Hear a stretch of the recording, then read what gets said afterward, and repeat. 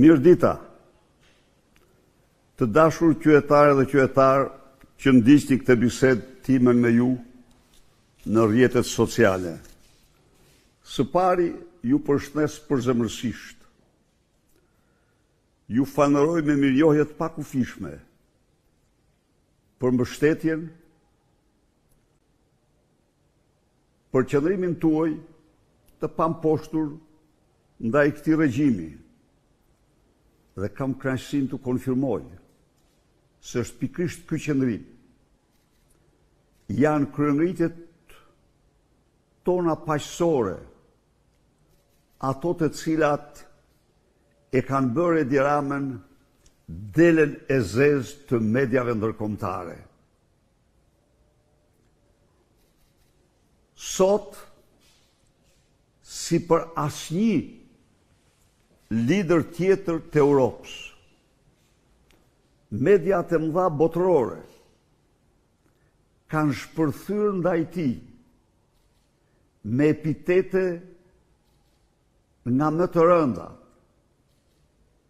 duke e vlerësuar atë një gangren që duhet të hiqet për vendin e tij, duke e akuzuar direkt se mbrojtja që i bën Lubi Ballukut lidhet vetëm e vetëm me implikimin e tij në aferat korruptive, duke e damkosur përsëri si arkitektin e narkoshtetit të parë dhe të vetëm në Europë. Pra, çdo ditë, fal kryengritjes paqësore tuaj, mos pajtimit tuaj me vendimet e tij,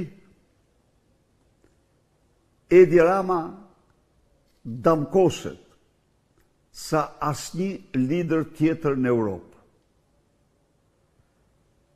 Kjo është një arritje serioze, rëndësishme për forcat demokratike, për opozitën. Kjo është një arritje e cila dëshmon se Edi Rama politikisht është i plagosur për vdekje dhe se kryengritja paqësore e opozitës me jehonën e saj të jashtëzakonshme ndërkombëtare ka luajtur rol shumë të rëndësishëm si në mbrojtjen e dinjitetit të shqiptarëve, në hedhjen poshtë të tezës raciste se shqiptarët janë të mbrojtur me korrupsion dhe nuk reagojnë, ashtu dhe me besimin dhe shpresën tek shqiptarët dhe partnerët tanë se Shqipëria ka një opozitë fuqishme, që përballet dhëm për dhëm me narkodiktaturën, me regjimin autoritar të Edi Ramës. Përballet dhëm për dhëm me propagandën zyrtare të mediave të kontrolluara nga Rama, të cilat si armike të egra të opozitës shpifin trillojnë, marrin nga zyrat e Ramës shpifje trillime, dizinformime dhe servirin sikur opozita është problemi, sikur pallati i kuq u doq për shkak të opozitës, apo njëri nga krerët e grupit strukturuar kriminal të Akshit, një hajdut e pamshirë e shqiptarëve, është një zonjë e papërlyer dhe e përvojtur. Pra, përballë të gjitha këtyre faktorëve, rol përcaktues vendimtar. Ka opozita, kryengritja e saj, alternativa e saj, programi i saj.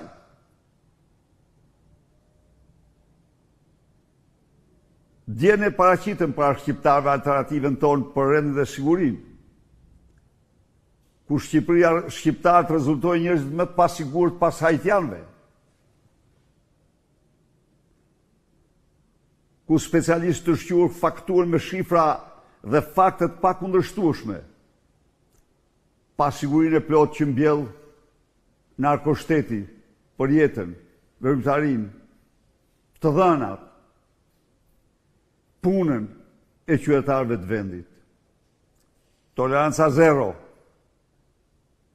ndaj krimit organizuar dhe prerja me gërshërë të çelikta, të lidhjeve të krimit me politikën, ndëshkimet ligjore me të rrepta, veting i plot shirimi policisë nga bandat dhe krimi dhe gjithë administratës, do rikthejnë Shqipërinë dhe njëherë, si dhe konfiskimi të gjitha pasurive, pronave, llogarive të krimit, do bëjnë të mundur që Shqipëria të rivendosë shtetin ligjor, sigurinë e qytetarëve. Faleminderit. I hapur për çdo pyetje që dëshironi. Muharrem Kurti. Përshëndetje doktor Berisha. Çfarë po bën ky Klodian Braho me Lubin, se ajo po vjen vërdall nëpër Shqipëri, ndërsa ky sikur është fshehur?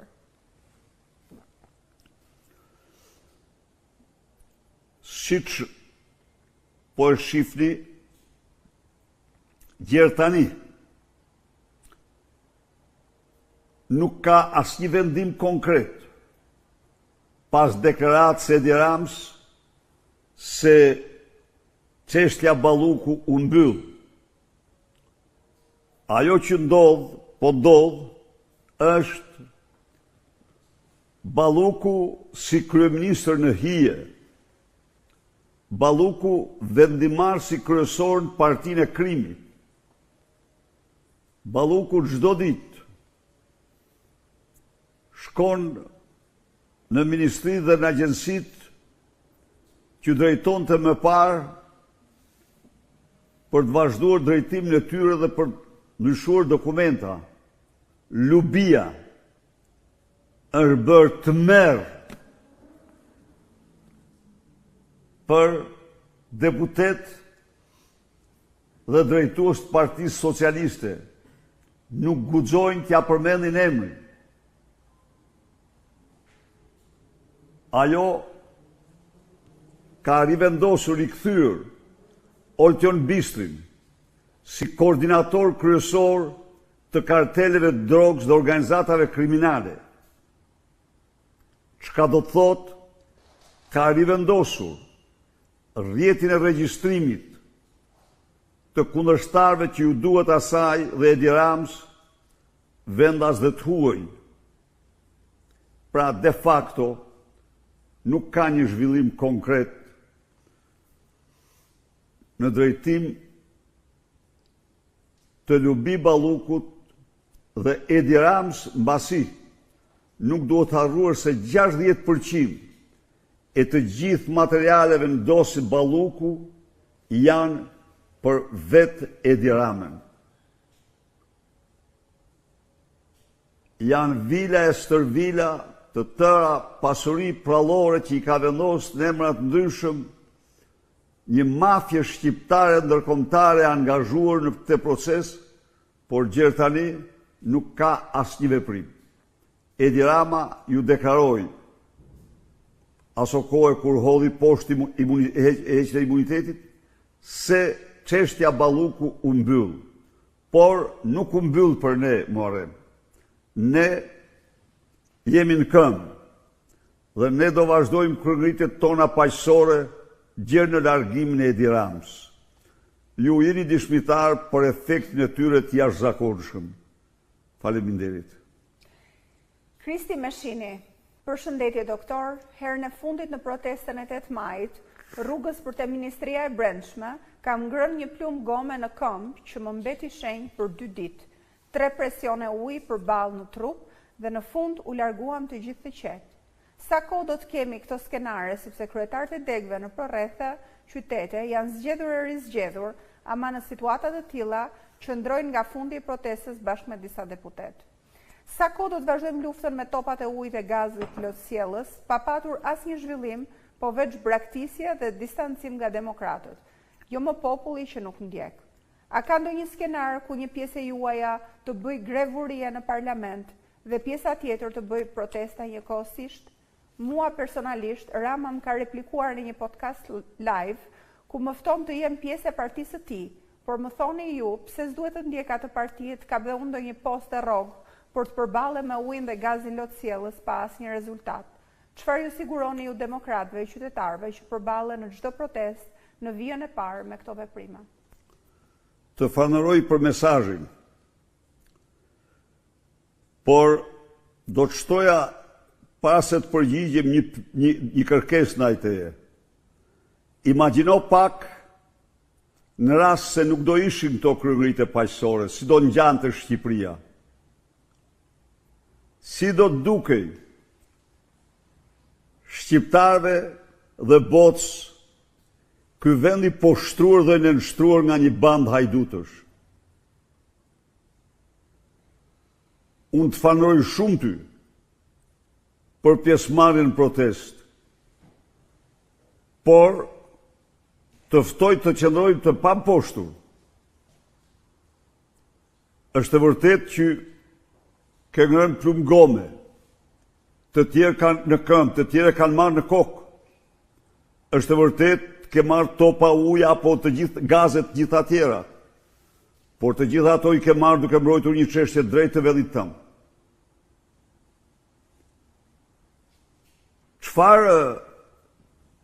Çfarë opozite? A do mund të quheshim opozite nëse do heshtim para këtyre zhvillimeve katastrofale për vendin? A nuk është opozita një mision për të përballë dhëm për dhëm? A nuk paten 8 kryengritjet tona paqësore jehonën më të madhe planetare? Ndaj dhe unë mendoj se duhet të shohim në këtë kahje. Nuk arritëm qëllimin. E kam theksoj, kryengritja paqësore nuk është e menjëhershme efektin. Por kemi arritur shumë, t'jesh i sigurt ti. Kemi mbrojtur nderi dhe dignitetin e shoqërisë shqiptare parambar botës që nuk pajtohet me vjedhjet nga qeveritarë, nuk pajtohet me narkoshtetin. Janë pra, kjo është një betejë në vazhdim. Kemi arritur të damkoset ky regjim si autokraci elektorale. Kemi arritur me qendresën tonë që në raport e fundit Parlamentit Evropian të shkruhet e zez mbi të bardhë se në zgjedhjet në Shqipëri u shua linja midis institucioneve shtetërore dhe strukturave partijake. Pra, unë nuk mendoj se duhet të shohim gjërat bardhëzi. Edhe nuk duhet të refuzojmë propagandën zjarr fikse të qeverisë. Mund të organizohet më mirë protesta, por protestat kanë patur efekt të jashtëzakonshëm.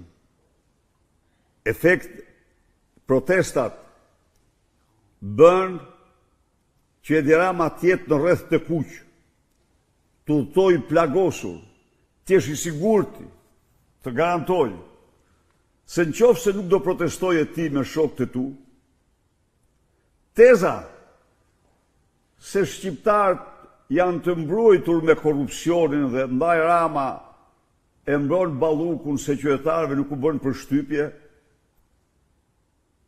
tezë ndër më poshtrueset për një kombë, do bëhej mbizotruese. Në qoftë se nuk do ishin kryerritet tona paqësore, akshi do lihej në harres, por ne vazhdojmë, pavarësisht se ai largoi Lubin, pavarësisht se ai vendosi akshin përsëri në kontroll të plot familjes tij. Unë besoj se për çdo opozitar në kushte diktaturës, çdo opozitar në kushte narkodiktature dhe diktature duhet të falënderojë Zotin që mund të qëndrojë të rezistojë asaj.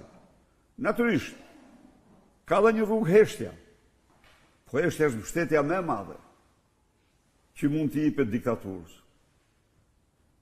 Ata që heshtin, ata pavarësisht se e duan apo se duan regjimin, po ata ndihmojnë regjimin dhe ky regjim nuk meriton të qëndrojë 24 orë. Faleminderit. Doktor, përshëndetje. Rezoluta PDPS për integrimin ngjan si një frymarrje që i jepet Ramës. Mund të na sqaroni diçka më shumë? Faleminderit. Po, faleminderit. Rezoluta PDPS shpreh atë që ne si Parti Demokratike kemi deklaruar gjithnjë, siç e dini ju, që ne mbështesim procesin e integrimit, ndonse theksoj se përveç kriterit gjeopolitik, Shqipëria nuk plotëson asnjë kriter. Dhe ju lutem, rikujtojeni këtë qëndrim tonin, këtë tezë kryesore tonin. Pse është kjo, ta zbërthej pak. Pas luftës në Ukrainë dhe disa ndryshimesh tjera, në Bruksel u krijua opinioni se Ballkani Perëndimor duhet të integrohet pa vonesë, të themi. Dhe u krijua përshtypja se po sakrifikohet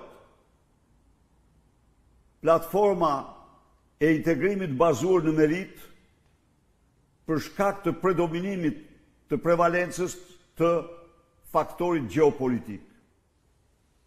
Ne, duke thënë të vërtetën, themi jemi dakord për integrimin, por përveç faktorit gjeopolitik, Shqipëria nuk plotëson asnjë kriter. Në qoftë se lexon i dashur mik rezoluta dhe unë njerëzisht ju kërkoj ta lexoni, nga rreshti i parë tek rreshti i fundit nuk gjeni absolutisht asnjë vlerësim për punën e parlamentit apo të qeverisë. Zero. Nga rreshti i parë tek rreshti i fundit rënditen kërkesa, detyra për parlamentin dhe qeverinë. Pra, në qoftë se ne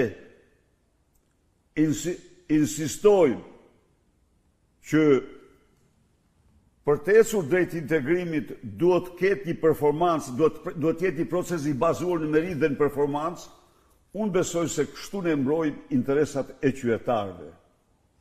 Nga ana tjetër, nuk guxuan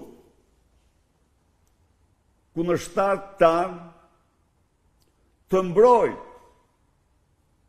qoftë dhe një arritje të vetme të tyre.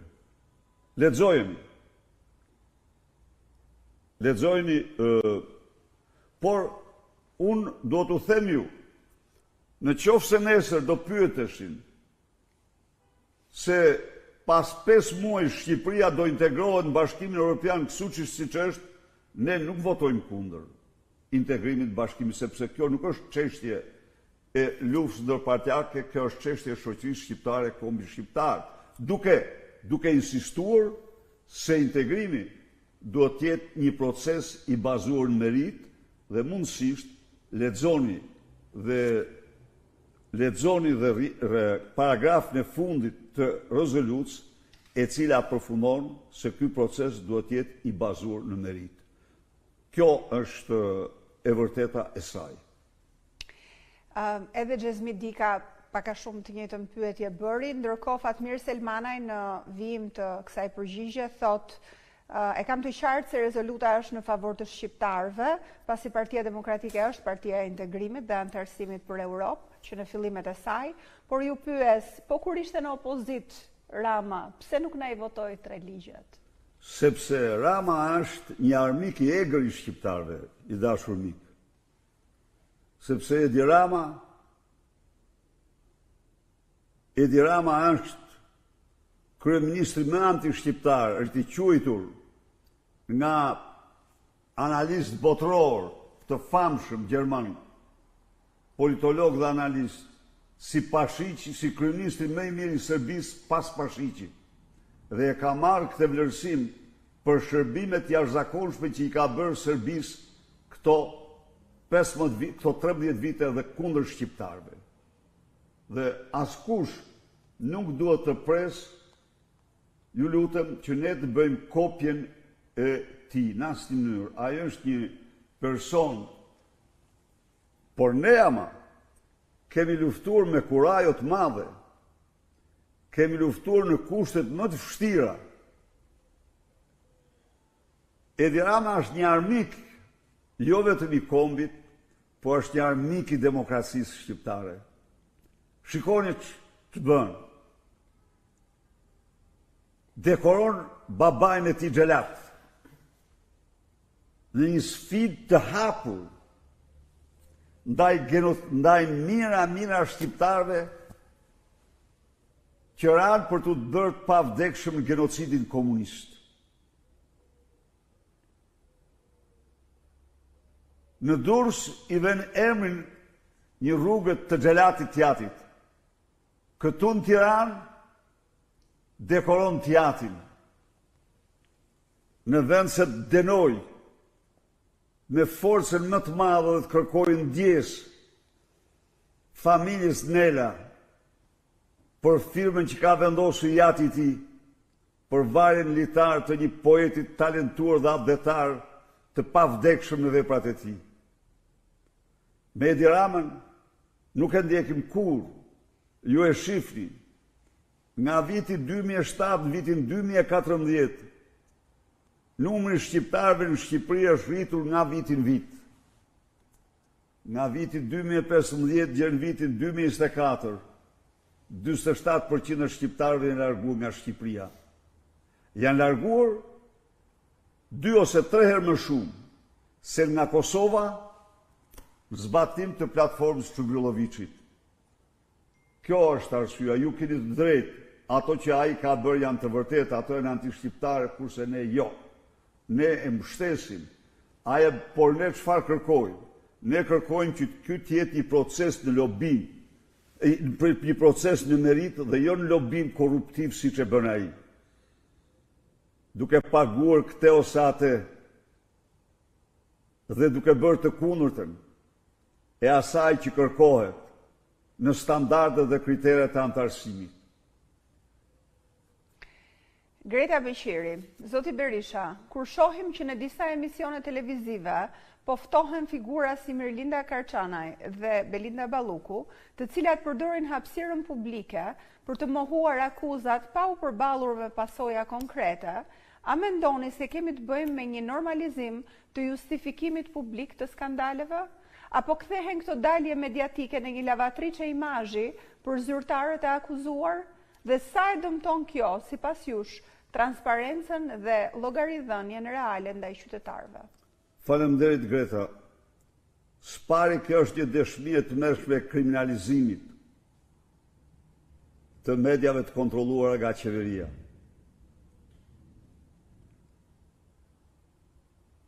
Të bësh retushin tualetin e Lubi Ballukut, e Edi Ramës, e Karçanajt drejtoresh e tendrove ku njerëzit mirëshin peng, do të thotë ti jesh më kriminal se ata. Do të thotë ajo që e kam përsëritur, zonjë, se mafja e fjalës lirë është mafja më e rrezikshme kësaj toke, sepse e para është fjala. Sigurisht vim tek mendimi juaj, është plotësisht i vërtetë. Me këto emisione duhen me çdo kusht të përligjin krimin, të përligjin vjedhjen. Edi Rama nga një anë lufton të bëjë ligje të çojnë parlament për mbrojtur në studiot televizive. Shpall pa fajësira bën tualete kriminalëve apo kriminalëve të damkosur, duke dëshmuar një tentativë për të kriminalizuar gjithë shoqërinë. Dhe kjo është absolutisht dëshmi edhe njëherë e kapjes së të mërshme të mediave nga qeveria e shtrimit tyre në mafje. Mos harroni se kur qendrështarë dhe opozitarët protestonin kundër vjedhjeve të Ballukut dhe bandit me uniformë i gjurin ata me gaze helmuese të skaduara, i njëjti televizion që mbahet me paratë vjedhura të taksave shpreh se helmet e skaduara janë përdorur që t'i dëmtojnë më pak protestuesit. Kurse në rast në fundit përpiqet na paraqiste të përdhlyer të pa përlyer një hajdute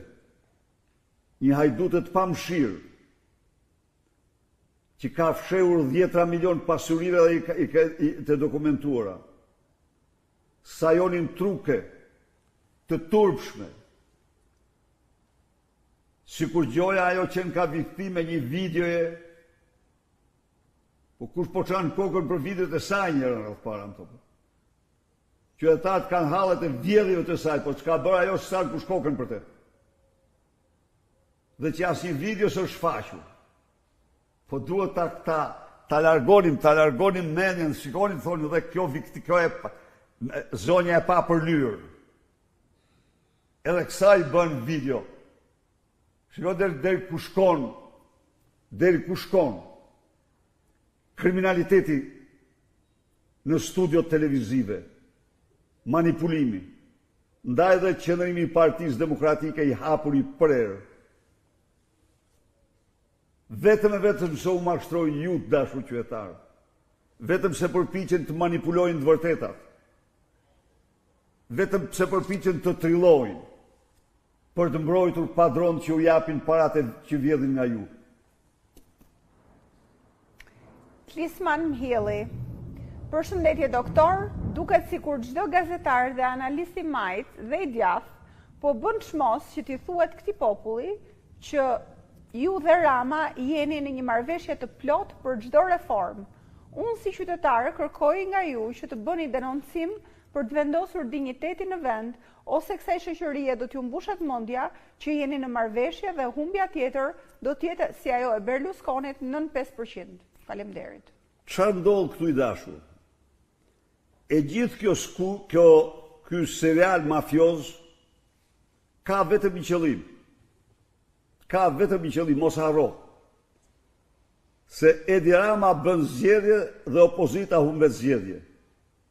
Një mashtrim monstruoz, të cilin, për hir të vërtetës, pa diskutim, për merit të Partisë Demokratike, e faktoi para shqiptarëve dhe botës sa i bën jo zgjedhje po fars. Tani, pasi u kap në fyt se zgjedhjet i ka të tipit partisë shtet, se administratën e ka shtruar në polici politike për zgjedhjet, se përdor jo miliona, po miliarda euro për të grabit votën, të gjitha dokumentuara me dokumenta. Pasi u faktua se qëndron në pushtet duke plaçkitur votën dhe ushqen shushujat me parat që u vjedh qytetarëve, duan të krahasojnë Berishën me Ramën, që absolutisht është një lloj sikur të krahasosh anën e ndritur me anën e zezë të hënës. Në çdo lloj aspekti. Por ata që spekulojnë janë dhe primitiv, se në fakt ndaj Sali Berisha Edi Rama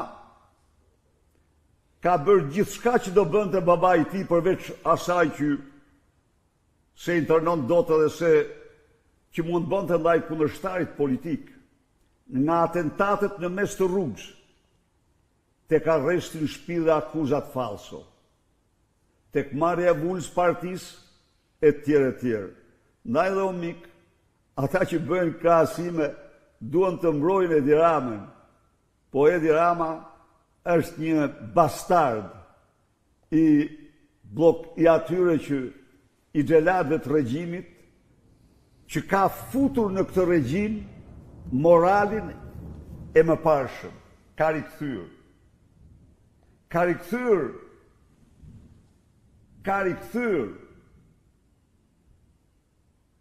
Ka fazët e xhamit. Në një vend antar të NATO-s, turp i dheu.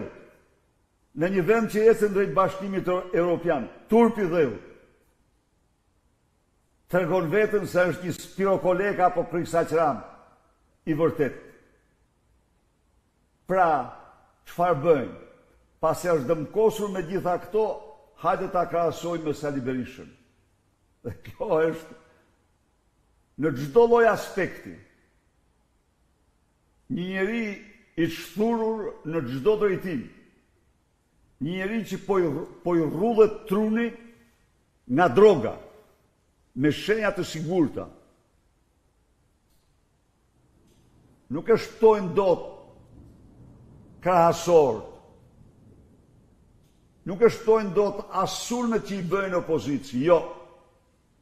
Përkundrazi, opozita sot është me forcë se kur. Është e vetmja opozitë në diktaturë që nërmerr kryerritjet fuqishme paqësore do i vazhdoj ato. Dhe do eci sigurt drejt largimit këtij nga pushteti. Po, në qoftë se thuhet e ke fjalën për reformën territoriale, i nëror zotëri, ju mund të mos u pëlqej, por ju garantoj se janë 10 mira mbështetës dhe demokrat që kërkojnë që Partia Demokratike të marrë pjesë dhe të mbrojë interesat e qytetarëve ku janë zhdukur bashkitë dhe komunat. Dhe nuk mund t'i japim ne luksin e Edi Ramës të na sulmojnë të thonë se ju nuk ishit. Ne ishim dhe do mbrojmë interesat e qytetarëve. Së dyti, dhe na si reformë tjetër. Së dyti, reforma zgjedhore. Po, i dashur mik,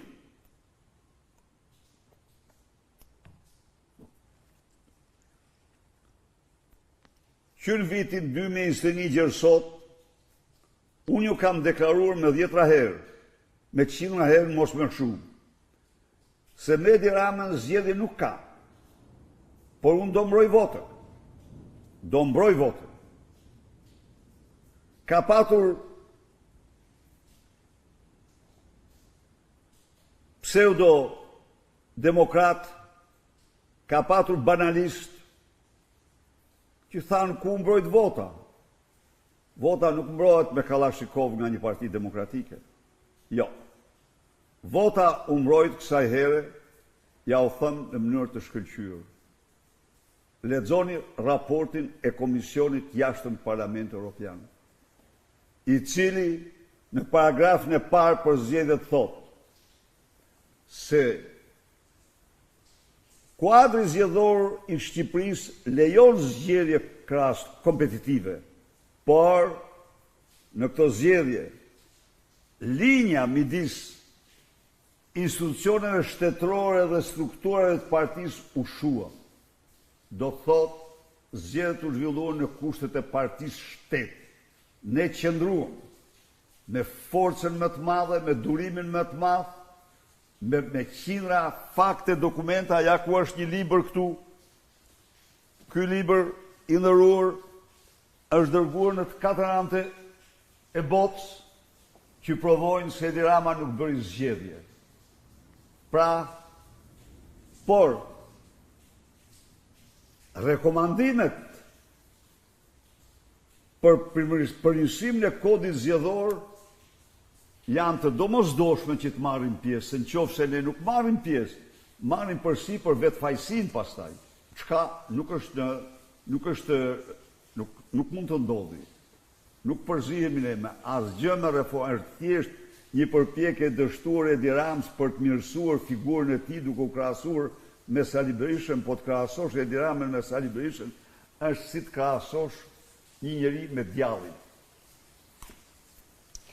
Albanian Americans. Doktor, pse nuk nxirrni pjesë nga dosja Balluku ose Agasi? Thuhet që në shumë paragrafe del dhe Edi Rama. Fundja detyra e opozitës është të denoncoj, apo jo?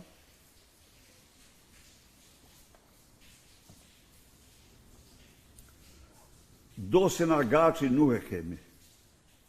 Agasi. Jo. Dosja Balluku të garantoj se çdo gjë substanciale ka dalë. Për këtë të garantoj 100%. Por pse nuk publikohet dosja? Antarët e Komisionit Mandateve të Partisë Demokratike dhe të partisë tjetër kanë firmosur para prokurorëve një deklaratë në të cilën janë zotuar se do mbajnë sekretin. Dhe pse respektojnë? Sigurisht do të respektojnë, një lojalitet se ti nuk mund të kërkosh. Ti nga një anë, më çudit se nga një anë kërkojnë të respektojnë drejtësinë, nga ana tjetër kërkojnë të hullim poshtë kërkesat e drejtësisë. Pra, aty ka dëshmitar të penduar. Dhe ne nuk mund të nxjerrim dëshmitar të penduar. Kur? Nxjerrja një dëshmitari të penduar është një tradhti ndaj kushtetutës, ndaj ligjit, funksionimit të shtetit ligjor. Unë besoj se dhe ju jeni dakord me mua që kjo dosje për këtë arsye nuk mund të dalë. Ka dëshmitar të penduar.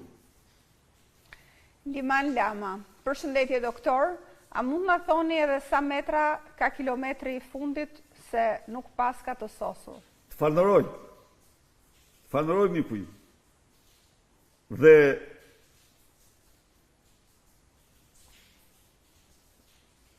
kërkoj mirëkuptimin tuaj në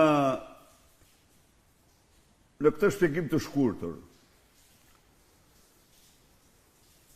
E nisëm në shtator të 2021-shit në një kohë kur projekti ishte Shqipëria pa opozitë. Ose projekti ishte Shqipëria fasadë opozitë. Besoj se është e qartë. Dhe së bashku u ngritëm. U ngritëm me guxim. U ngritëm me vendosmëri. Por një ideal themelor për të mbrojtur pluralizmin e vërtet. Besoj se e realizuam këtë. Së dyti, ecëm, ne e mbajtën selin, ne e morën vulën, na përjashtuan nga lista e votimit. Janë të vërteta apo jo? Janë të vërteta. Çfarë ndodhi? 500.000 shqiptarë votuan për ne.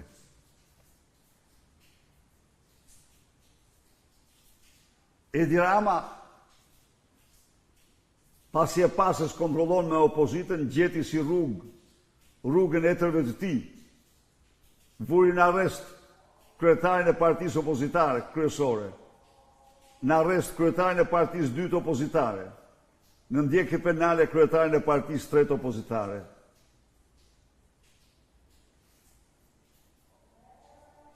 Në praktik, totalisht staliniste. A është kështu apo jo? Po a në mposhti dot? Jo, nuk arriti kur në mposhti. Në ndërhyrje të stërfuqishme u përçak grupi parlamentar. U bashkuam në kundërshtim me të gjitha ndërhyrjet. Rikthyem logon.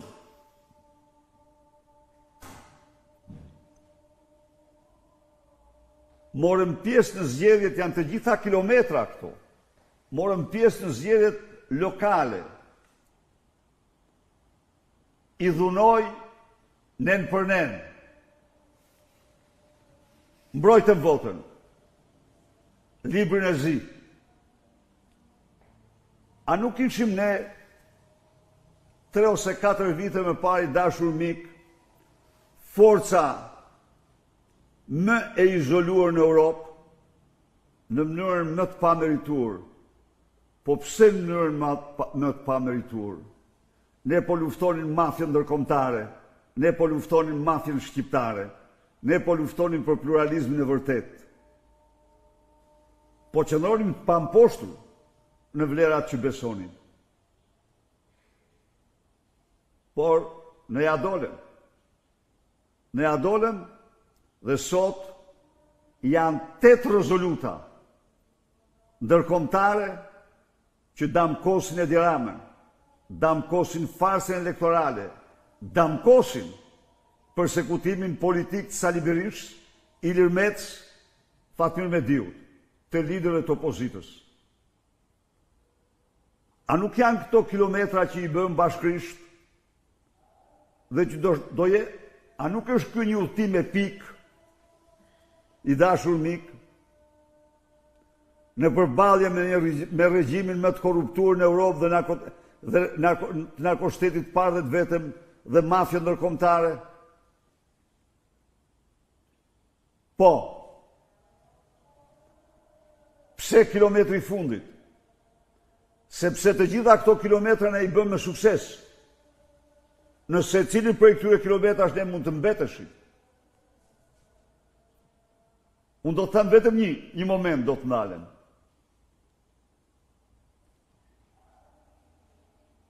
Mbrojtja e votës është nga gjërat më të vështira, ta dini ju. Ta din qytetarët, më të vështira. Pse është më të vështira? Sepse prirja është që qarjet e opozitës të merren me kujdes. Të shqyrtojnë, por me kujdes. Qeveria ka lobingje të jashtëzakonshme. Po kur e realizuam në mbrojtjen e votës? E realizuam në zgjedhje lokale.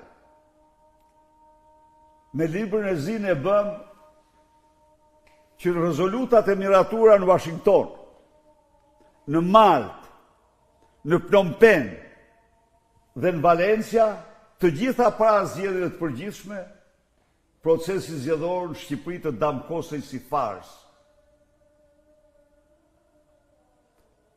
A mund të bëjë ti, a mund të realizojë ti objektivin në kushtet e një farse dhe aq më tepër një farse të pa damkosur? Jo. Jo. Opozita nuk fiton farsa.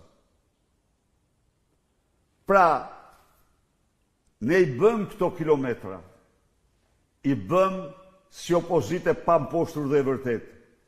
Pse kilometri i fundit? Po, tani s'na thot do të kush se do mbroni apo jo votën, se ne kemi mbrojtur votën. Tani nuk na thot njëri dot se ju s'keni alternativë në kohë kur ne kemi programin më të shkëlqyer.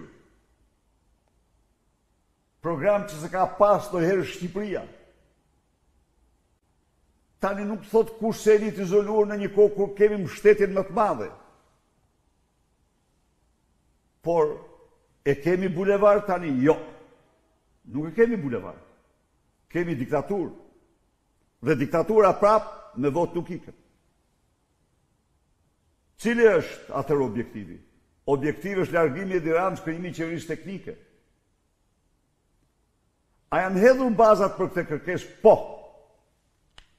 Janë disa rezoluta, edhe e fundit që u miratuan në Zagreb, që insiston për qeveri teknike. Por në mënyrë të veçantë, damkosja e zgjedhjeve. Damkosja e zgjedhjeve si proces në cilin u shua linja midis institucioneve shtetërore dhe strukturave partjake, fakton se me këtë regjim nuk ka zgjedhje dhe duhet pra një qeveri teknike, një qeveri për të bërë zgjedhje. Dhe këtë e kemi në dorën ne. Kjo është në dorën tonë si opozit. Të vazhdojmë kryengritjen tonë paqësore gjë në realizimin e objektivit. Ky është kilometri i fundit. I lam të gjitha mbrapa. Kaluam një kalvar sa asnjë forcë politike por fituam. Tani ne duhet fitojmë përfundimisht betejën për votën e lirë. Kështu që kërkoj mirëkuptim, nuk është kilometri i lehtë ky. Jo, e kam thënë dhe e them, por është vendimtar. Dhe ne që bëjmë gjithë ato kilometra tjera, ne këtë do ta bëjmë e do fitojmë. Faleminderit.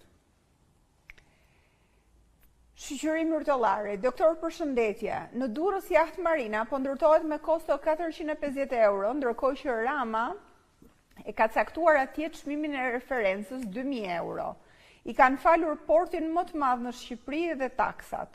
A duhet SPAK të vërshiritin tek Durrës Jahtë Marina? Unë ju të falenderoj shumë shoqëri dhe me këtë rast garantoj shqiptarët që afera e portit Durrësit është afera korruptive më e madhe e kontinentit. Dhe është absolutisht e lidhur me një emër që quhet Edi Rama, i cili po ndërton aty Dubai sitin e 1001 letëve vet. Gjithçka është e lidhur me vjedhjen e tmerrshme që u bën miliarda eurove në atë vend. Të siguroj se ajo është një çështje kombëtare dhe do të konsideroj me shumë seriozitet sugjerimin tuaj. Të falenderoj shumë. Blerim Kaboçi, doktor, a nuk mendon se do të ishte më mirë që në garë të ishin edhe kandidatë të tjerë, kushdo që aspiron të nënshtrohet garës? A vërtet mendoni që ju mund jeri në garën brenda PD-s? A nuk mendoni se janë një gabim zgjedhjet me një kandidat? Faleminderit për pyetjen. Spari, të garantoj se kjo garë ka qenë është dhe do mbetet e hapur. Një. Së dyti, kur kjo parti nuk do mund të pranoj bashkëpunëtor krimi, bandash dhe të qeverisë. I dashur mik, mos harro se në 2021 në fuqi ishte projekti Shqipëria pa opozit, ose fasad opozit. Dhe në këtë kuadër, çdo demokrat është i mirëpritur nga garë. Por, jo bashkëpunëtorët e qeverisë dhe të krimit. Nuk ka forcë politike në botë që pranon një gjatë tillë. Së dyti, Ju jeni antar i Partisë Demokratike dhe mund të lexoni. Çdo parti politike në botë për kandidaturat për kryetar bashkie, për kryetar partie dege, për kryetar partie në qendër, për edhe çka zgjidhet me votë, ka kritere. Jashtë kritereve nuk ekziston. Pra ka një pa kritere nuk mund të zgjidhet njëri. Nuk mund të zgjidhet. Këto kritere nuk janë caktuar në këtë garë. Këto kritere kanë ekzistuar. Çfarë janë këto kritere? Disa vite eksperiencë drejtuese në pozicion vendor dhe qendror. Asnjë njeri që ka plotësuar kriteret ose asnjëri që ka plotësuar këto kritere nuk është përjashtuar dhe nuk mund të përjashtohet nga gara. Prandaj, unë njerëzisht ju kërkoj të bëj konkret në shqyrtimin e setilit rast. Por, tani vim të gara, jo jeni gabim, këtu je gabim. Ju lutem studioni, lexoni. Në 75% të gjitha rasteve ku votimi është një antar një vot, gara është pa kandidat rival. Në 75% të raste, më falni, kur nuk është dhënë dorëheqja. Në rastet kur drejtuesi jep dorëheqjen, nuk merr pjesë në garë, këtu shanset për 2 apo 3 kandidat janë më të mëdha. Kurse në të gjitha rastet kur drejtuesi vazhdon të jetë në garë, të qëndrojë në garë, nuk ka kandidat të tjerë në këtë referendum. Pse nuk ka kandidat të tjerë?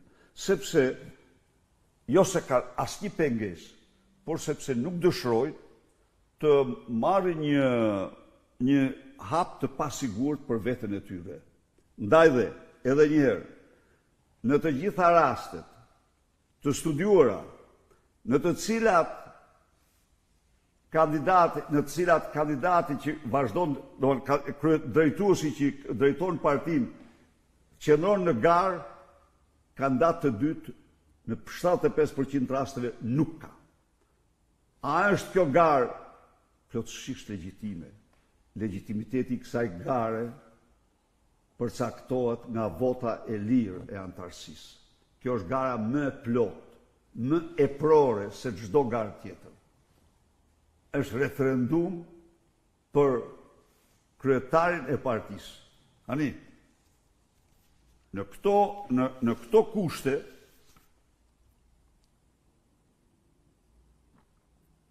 do të kërkoja të refuzoni me përshmim propagandën. Shikoni çfarë ndodh. Ka një muaj që mafia mediatike e fjalës lirë përqendrohet te gara në të cilën kryetari i Partisë Demokratike do votohet sipas parimit një antar një vot. Në një kohë kur kryetari i Partisë Krimit është votuar për herë të fundit në vitin 2009 dhe nuk është votuar asnjëherë gjërë sot. Shikoni çfarë sklevrish janë këta. Në vend se të bien borive, sirenave të alarmit për njëri që nuk votohet, po që grabit votën, përpiqen të përbaltë një proces i cili është në llojin e vet më i gjëri, më demokratiku, ku voton e gjithë antarësia. Tani të themi gjë. Këtu unë jam Sali Berisha. Kur nuk kam lejuar, nuk i lejoj vetes të operoj me falsitete. Pra, të krijoj kandidatura, t'i lutem dikuj që kandidoj jo absolutisht. Sa herë kanë ardhur, i kam mirëprit, i kam respektuar, Kur nuk ka ardhur, nuk ka ardhur. Po ndonjëherë jetën time se kam bërë s'do ta bëj atë. Ndaj dhe kjo garë është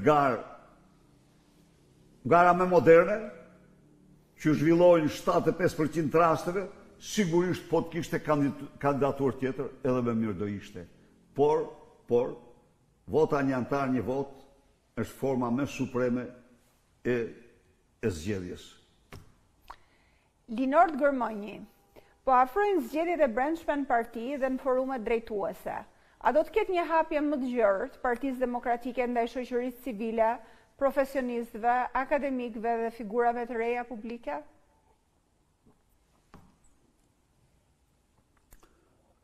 Po, Partia Demokratike do të realizojë një hapje të re dhe në rast se më pyesni ju mua, ky program, ky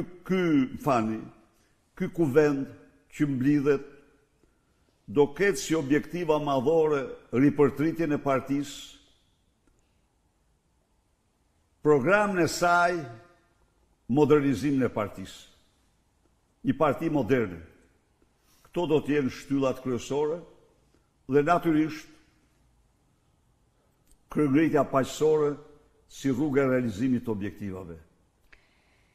Geraldina Kola, zoti Berisha, ju dje me të drejtë deklaruat se krimi po poshtëron qytetarët me ndihmën e shtetit. Në 2005-ën, ju arrestuat kriminalët më të rrezikshëm në vend, si Lulzim Berisha, Aldo Bare, u konfiskuan pasuritë. Sot krimi është pengesa kryesore për integrimin.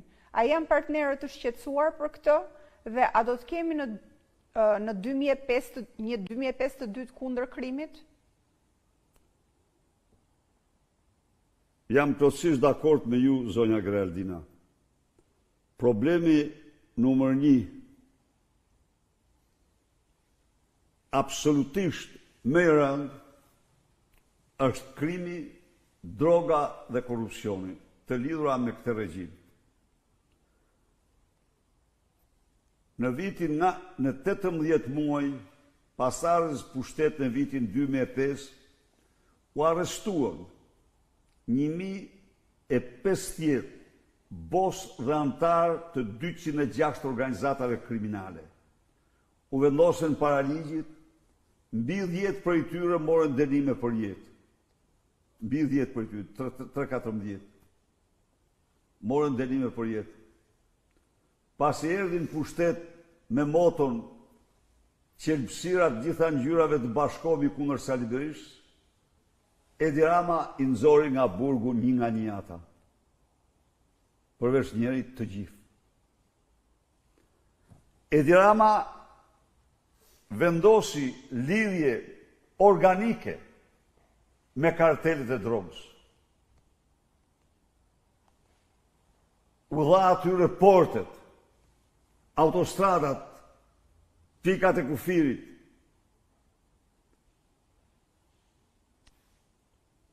Ka të dhëna të cilat sigurisht që duhen hetuar, por thuhet se karteli Tropini i paguan për portet e Durrësit 300 milion euro në vit e dirams, para droge, sepse nga Durrësi nisen miliarda euro drogë në qytetet tjera të Europës.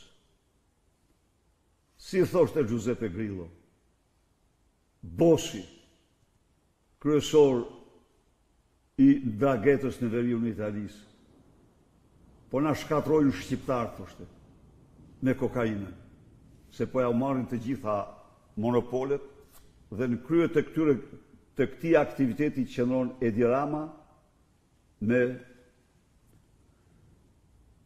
suitën e tij. Po, unë dje deklarova në mënyrë absolute zero tolerancë ndaj krimit dhe kudo që t'jemi. Nga Cape Town, tek Northern Cape, nga çdo skaj në një skaj tjetër, ata do vinë para ligjit në Tiranë. Kudo që të ndodhen. Do shkojnë para ligjit të gjithë politikanët e krimit. Se u garantoj që ata janë më kriminal se sa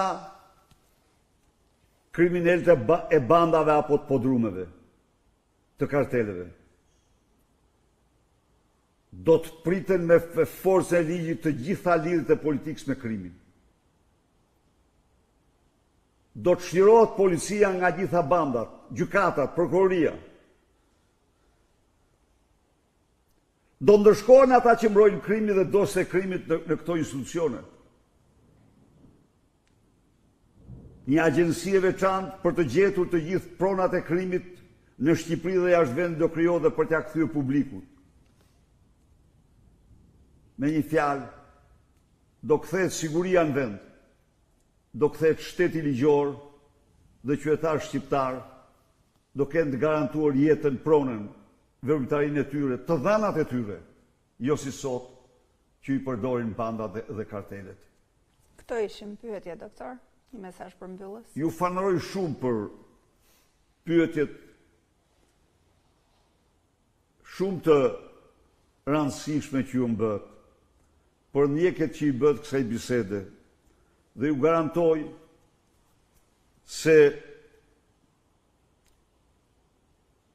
jemi në rrugën e duhur, se zbashku të pamposhtur Edi Ramën do ta çojmë aty ku e meriton. Ne do vazhdojmë këtë betejë